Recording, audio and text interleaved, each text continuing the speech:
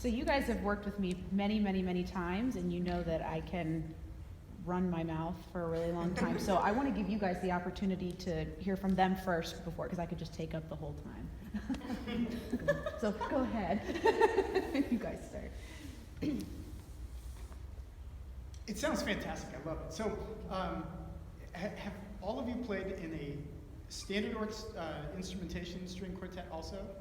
Yes. So you kind of, you're familiar with, I guess, the roles that each of you ends up playing in this new cello with the melody all the time, which is fantastic, by the way. It's just such a cool sound.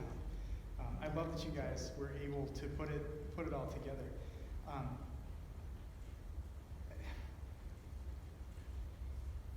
I could have used, I guess, a little more filling into the role that each of you has to take on, and sort of re-identifying yourself, not just as a cellist, but as a bass cellist, or as a sort of middle voice cellist. In a little way, I wanted to hear more of the melody when it was coming out. I thought maybe you could transform a little different tone, and then your playing could get a little bit more supportive as you didn't have a melody. Because all three of the top voices, I guess, kind of transition in and out of it, and then you transition from that bass, the weightiness of the rhythmical driving force, to all of a sudden you have it's a huge swing from that rhythmical driving force to having all the spotlight on you type thing. And I thought that you could almost break out of your cello mold and just take the spotlight and just own it just a touch more.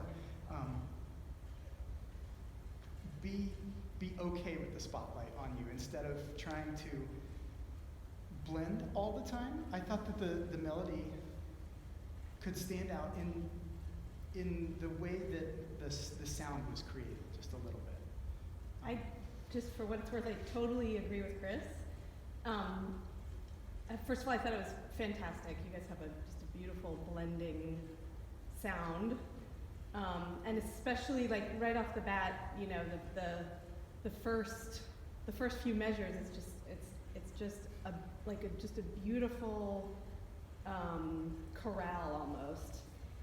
But then along the lines of what he's talking about, if maybe we can sort of look into, you know, as the piece progresses, maybe it doesn't stay sort of that, you know, very polyphonic sound, but maybe, you know, certain voices start to come out more and others, you know, recede.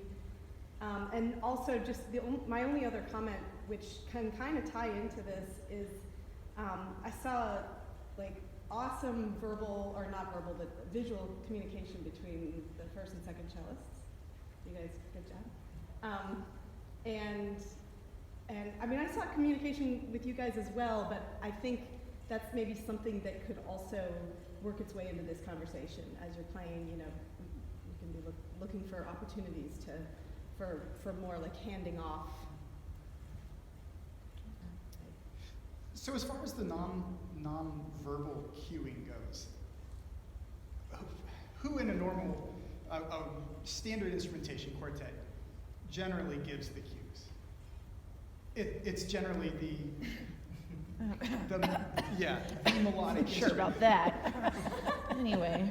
But the thing that, being in that role, the thing that I found helps the most for the sound of the whole quartet is actually if, instead of just that person being the person to cue it, if everybody feels it collectively together, so that it's not cued just from one chair, so that it's everybody feeling the exact same way, which means everybody breathes together, everybody sort of does the same thing in their own way.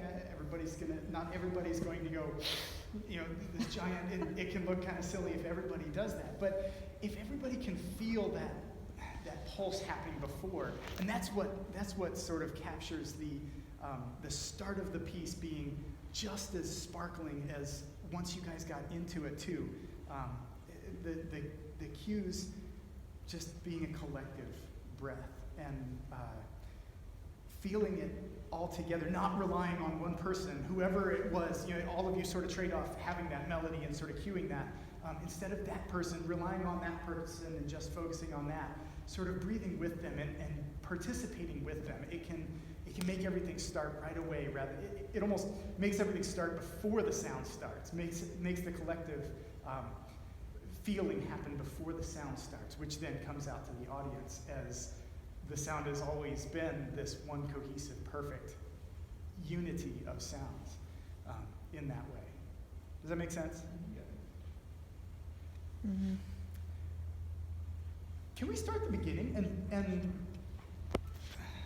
see it real quick. No, it's not the beginning. It's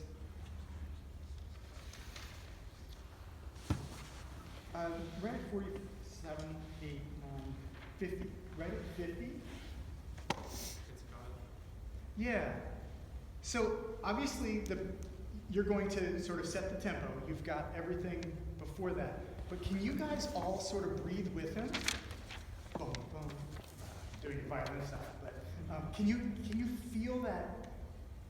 Feel the pulse. Feel what you want the music to sound like together, and take it one step farther than just doing a cue, but make it almost ridiculous. A lot of times, I found the easiest way to make something perfect is to over-exaggerate far beyond what I ever think would be reasonable. And sometimes it's actually just right already. And if it is too far in the completely crazy and looks goofy and sounds goofy, then you can pull it back a little bit easier. Then you can add more feeling to it. So see if you can push yourselves to just do a little bit too much. See if you can find that place where it's too much, too collective, too much movement, too much physical feeling of the beat before it comes in there at 50. Really quick, Chris, Yeah. I completely agree. Do you guys know how when you're playing something in a lesson and it's marked forte and your teacher is like, why are you playing this so soft? But you feel like you're really sawing away, and finally, when your teacher is satisfied that you're giving a forte, you feel like you're doing like a fortissimo. It always takes a little bit more effort or a little more energy than you think it does. We experience that a lot when we play dynamics. I think it's the same thing with this topic that Chris is talking about. It's gonna feel like a lot to you. It's not going to, most likely, it's not going to look like too much for us. It's gonna be exactly what you guys need in order to feel like you can lock into this Right? energy. Anything worth doing is worth overdoing, Mhm. as we say. Yes. In music. We do it well. Let's try it there at 50. I think that's one of the easiest spots to sort of feel this collective breathing into the themes that are going on.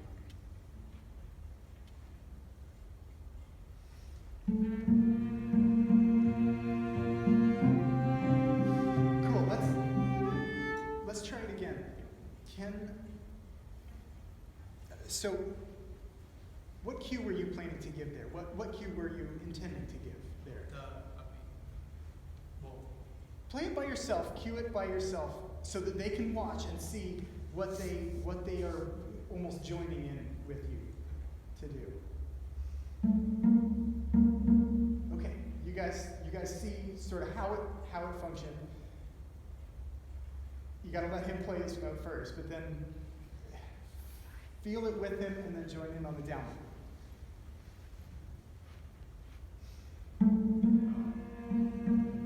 Try. should I not breathe on before the pickup? Should I breathe while I'm playing the pickup so they know to come on the downbeat? I think that I would give a cue similar to what you're doing. Yeah. I would breathe on the beat, like that. Just maybe do it bigger.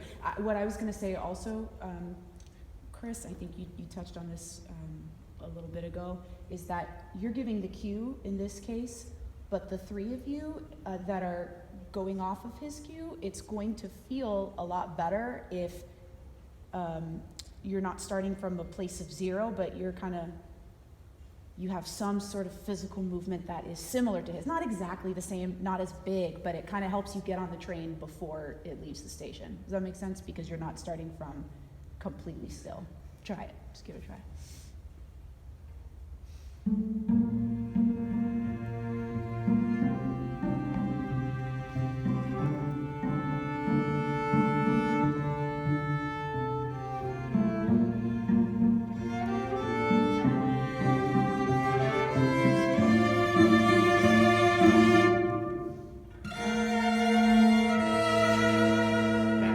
That one too. So we all need to feel that almost the music pausing. Bum. It's like a visual, Yeah, a like visual. you all freeze. Or even just a visual acknowledgement that everybody is frozen. Something of that sort. Not necessarily everybody breathing, but everybody feeling that rest, that gap has to be felt collectively all together. Otherwise, it's easy to feel really tentative. Is everybody coming in there? Okay, no, somebody beat me. I beat somebody else. You know, it can start to feel a little bit unsettled in your own feeling of how it goes, and then that comes across to the audience too. What measure is that? Did you find it? I'm sorry, are you talking about the fermata? Is that what you're doing? Yeah, right before the fermata. like 57, 58-ish? Yeah. Start at 56. I think that's the chorus, right? Yeah. Start that bar just to sort of get things going. And so 1, 2, 4.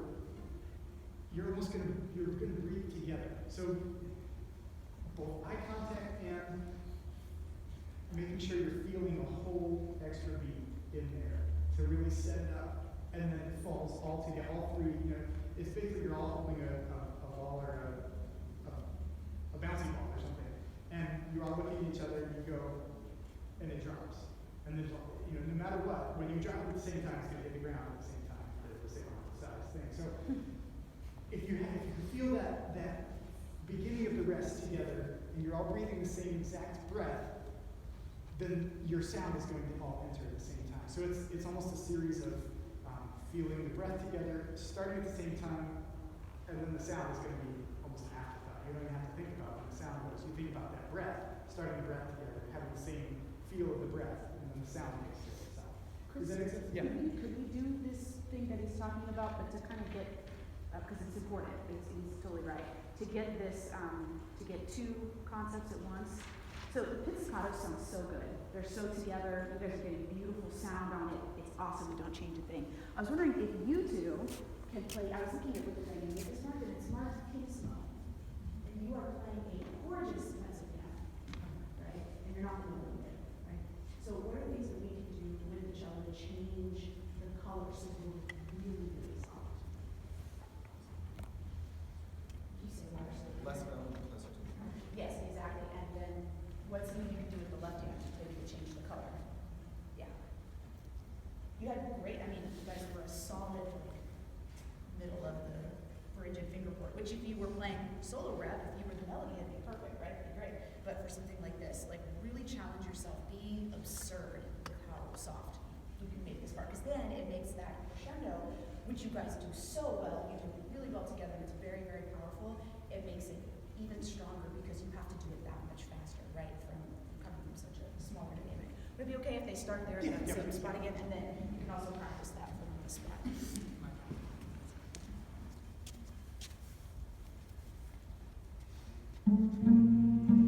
Yeah. Awesome.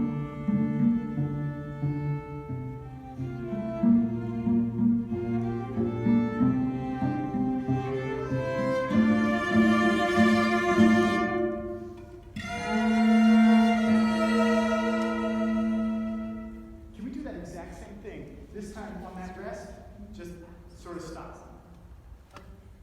Count so like 4, then look at each other, and then start. Okay, just a really big break, just to sort of reset everything, connect with everybody that you know needs to come in, and then nail the entrance.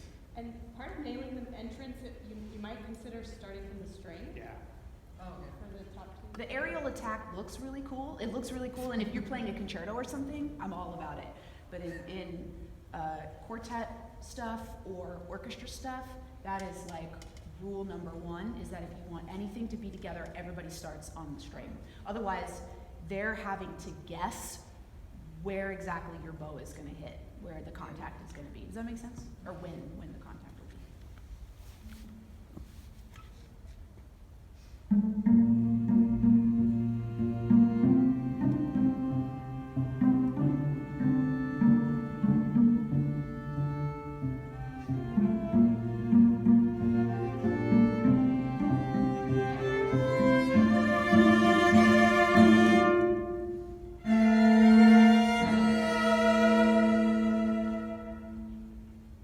Nice. That was a lot closer together. This time, when you stop there, just no, that's okay. That's okay. So this time, make the break seem really awkward. Like make it way too much. Same place, yeah, perfect.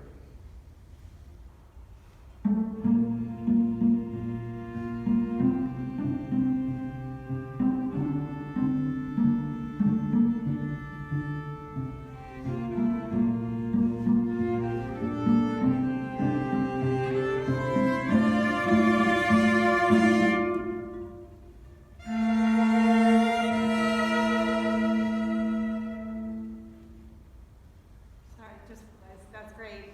One more thing. Way better. Yeah, way better. The last four crescendi notes, I think the last two were the same dynamic. You want to make sure the last, it's progressively, because that makes the pause, that much more effective. If you're crescendoing into a brick wall, basically. Maybe one more time.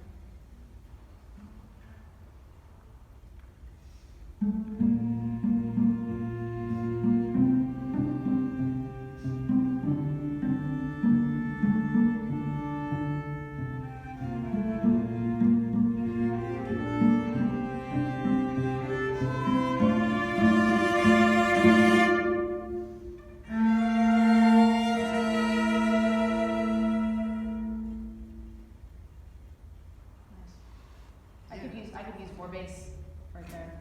It's not all about them. We need that rich bass sound to balance out like how high they are up on the cello. That sounds good. Your rhythm, people who play parts like that, aka us, right? Because that's what I play in the quartet, right? We don't get enough credit. The violin parts, they're the divas, and it's like, oh, their parts are so hard. But your rhythm is fantastic. You are the foundation, for real. You are the line that keeps everybody right on track. You're the metronome, right? And your rhythm is so solid. I've been sitting here every single time you play it, just tapping my foot because your beat is so reliable. So keep it up. You won't get enough. Glory.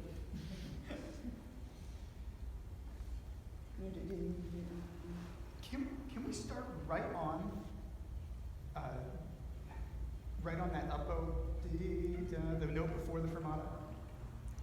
So get everything set physically, look around, make sure everybody's sort of connected in, and then everybody make sure the sound has to, all three of you, it's so exposed because of that giant break of, and the break, I don't know that the break has been ridiculous. Yeah. Oh, not even close. Not even close. You could, especially with the way that crescendo is set it up, you could hang that out to dry for a minute and it wouldn't be ridiculous. Like, you could really just let it keep going. But even so, the attack on that next note, the note before the fermata, is so crucial to be together because there's nothing else happening. So nothing is going to hide it. Everything is, all the sound is there for the world to hear. So it's got to be just perfect. It's got to sound like one pianist plunking their hand down on a piano, which all three notes are going to sound at the exact same time. All three of you have to collectively be able to just nail that entrance. So I think it's worth spending a second just to start right on it. Feel how it feels to play it together. Then we'll play it one more time. We don't have to start all the way back. But so yeah, get that note set up. Take whatever time you need.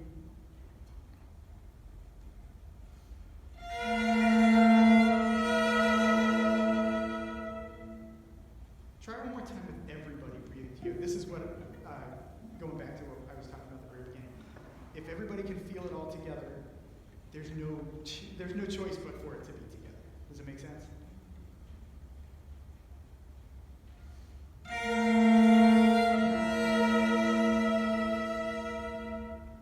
Awesome. That was great. That was really cool. Do it one more time, then we'll go back and we'll do it in context.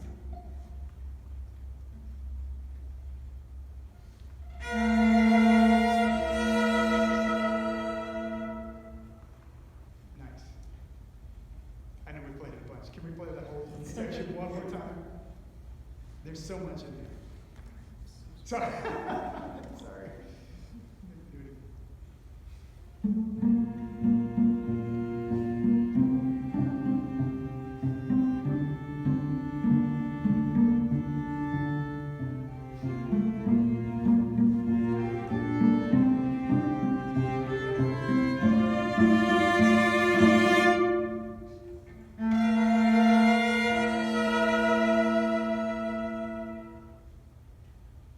So it was better when it got taken out of context, just with everything just setting up. I don't know what you guys are preparing this for, if it was already or if it is in the future or just for fun. If you guys get together and rehearse, this would be a great spot to rehearse and do exactly that. Just take that by itself and nail it 2 or 3 times. Then take it back into context and put a break in there that you could drive a gigantic semi-truck through. And just a hard stop. All right. Then go type thing. So it's almost like taking the first thing you did and just sort of having what is supposed to come before it happen. And then you put them together and you essentially get that break closer and closer together, but always making sure that the entrance to that up-bow note before the fermata is always exactly together. And the cool part about that whole context of you guys being a cello quartet, this applies to when you're not just in a cello quartet. So this applies to all playing on everything, especially chamber playing, though, when you guys have the final say on this. A conductor can easily hold his or her baton up for as long as they want, and then it's very obvious. But when you guys are by yourselves without a conductor to sort of lord over you, it's that much cooler to be able to do whatever you want type thing. As long as it is just perfect together, it doesn't even matter what you do. You can sell it as your own thing. So if you want to make that space if you want to make that space a minute, you guys can own it as long as everything is together up to it and then everything is together after it. And if that same thing happens in so much of the chamber repertoire, when you're in a standard quartet or when you're in an orchestra even, with the conductor up there, sometimes conductors aren't exactly the most clear. If you're the leader of a section, you can almost cue it for your section type thing. Just everybody feeling that together is so cool to the final product, what the sound does when it comes out of our collective instruments. Have any of you guys heard that how the sound comes, how the intention of sound is to come out of a string quartet? So you guys are 4 different players, right? You all have your own individual notes that you have to learn, your own individual articulations, the bowings. But as soon as you get into a group, the group sound almost needs to merge before it hits the audience. Otherwise, we'll hear 4 soloists. Yeah, that can be really cool if there's really, you guys are all fantastic players, and we can really enjoy each of your own individual parts, but there's something that sets it over the edge when all 4 parts almost merge in the middle of the stand. That was kind of the visual that I always was given, is that if you guys can essentially play to a spot in the middle of your stand so that everybody is an equal contributor to that group sound, and it merges right in the middle of the stands before it gets out here, then the audience isn't hearing anybody individual. They're hearing your collective sound, which is a really important thing with all string quartets, and all chamber music, even, you know, violin and piano, or cello and piano, or whatever it is. Just having that sound meet up before it gets to the audience's ears is it was always a helpful visual for me, to think of the sound unifying before it comes out to the audience side. So I don't know what there's not really anything specific that does or means that we need to do, but it's almost a mental thing of you guys collectively can create this core sound that then gets shot out into the audience as one unified expression of what you guys feel with this piece. You guys obviously you've been touched by this piece in some way, shape, or form, and it's really cool to hear you guys own the piece, and it's really, really, you guys sound fantastic. We were talking about, I was giving a shout out to the bass line for how solid and reliable her rhythm is, right? So what do you guys do in a spot like measure like 10, measure 10 through that section, going through like measure 14, 15, 16, 17, all that stuff, where there's hardly anything on the beat. You know what I'm talking about? Like there's a lot of ties, there's a lot of syncopation. How do you guys rehearse that together as a group? What's your process? That was a lot. Yeah, we just broke down the parts, or we all played them individually for a while, Mm-hmm. just us listening and we're watching along, and then we slowly added each part Mm-hmm. until they met as one, and sometimes they still don't meet, Mhm. but it still, yeah. In twos. Mhm. Yeah, like twos a lot of times. Yeah. There's kind of a magic word I'm looking for. It's a simple one that your teacher probably says a lot too. Counting is always good, absolutely. What's the thing that helps us count? Metronome, Oh, yeah. right? And so our bass cellist was our metronome in that last section, right? And thank God she's so reliable. Can you imagine if a bass player, whether that's a cellist or a bassist in a group, if their rhythm stinks, it makes everything fall apart. It's super, super important, right? But when we don't have a line in the quartet, whether that's cello quartet, string quartet, orchestra, when we don't have a line that is just giving us that reliable beat, you have to practice with a metronome. That's for me. I live and die by the metronome, for real. And one of the pieces we're playing tonight, Shostakovich. We're playing the second movement of the Shostakovich String Quartet, number 8, and we absolutely were using metronome in rehearsal. And how long have we been playing? Like you never grow out of using the metronome. It's not like, okay, I'm out of book 6 in Suzuki. I don't need to use that anymore. It's almost like the harder and harder your pieces get, you need to use it more and more. And I felt like something that you guys did so beautifully, I was so impressed by, is you guys clearly know this score really, really well. You know each other's parts super well. So even if something got off a little bit, you knew that when third cello played this part, it was like, boom, everybody was right at the same spot, which is great. We have to do that too sometimes. Sometimes we get lost a little bit. We just know when we hear this thing, that's where we're at. So I was really, really impressed with your ability to do that. I was wondering if you would humor me. Can we do this spot once with the metronome that I have on my phone? Is that okay? Is that so annoying? I think you would be amazed at, like for me, when I play with the metronome, I'm always shocked. I'm like, oh my gosh, that half note is way better than I thought. Or like, oh, I can hold that time. Oh my God, it's usually the one that you should look at. And the metronome kind of keeps us honest, you know. So if this speaker can go something like that, or okay? Okay, so where's the basic lift then? Is this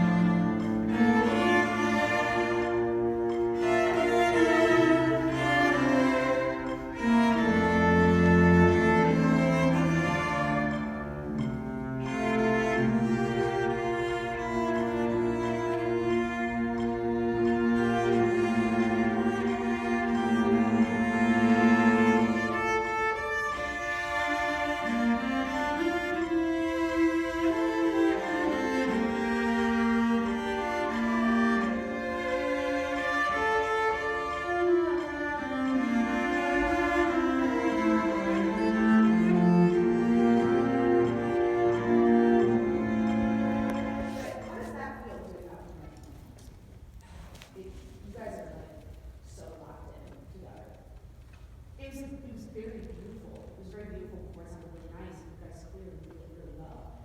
But lines just like pop out more. You know, you hear like a voice exchange. You hear like, oh, this thing leads into this, and then you're taking the thing. Yeah, does that make sense? You know, it just everything's just right in the pocket together. Did you guys use metronome at all in practice? A few A few times. times? Okay. It's Whenever I got something- really bad. I'm sorry? Whenever I got really bad. I always tell my students that using the metronome is like putting gas in your car. You don't do it once and then think that the car's gonna run forever, right? You don't use the metronome once or twice like they did. It just fixes everything magically. You know, I have my students before recitals and stuff. They're using metronome up to the very last week just to make sure they're always feeling that groove. They're training that groove into their muscles so that it becomes a, there's a real kinesthetic. Yeah, so it becomes like a physical kinesthetic memory, right? But that's one of my warhorse talking points. I've probably talked about it with you guys like every year that I come here too. So, you have anything, JV? No, I was actually noticing the dynamics that weren't really dynamics. It was what she was talking about, that lines were popping out, even though you weren't intentionally playing different dynamics than you did the first time. I could still hear the individual lines, and I think that could even, you know, you could even go further with that in your own rehearsal. You know, you in your, like, when you guys are practicing together, you can be looking at, you know, different phrases and figuring out what needs to come out more here, you know, what, because it's not necessary, I was just looking at the music, it's not necessarily written in the music, is it? The dynamics are pretty, Sparse. yeah, yeah. Yeah, up for your interpretation, exactly. Yeah, and that's never a bad thing, you know, well, in this situation, yeah, music like this, yeah, you can definitely. Yeah, I agree. We might need to move on to the next Yeah, one. that was fantastic, guys. Thank you so much.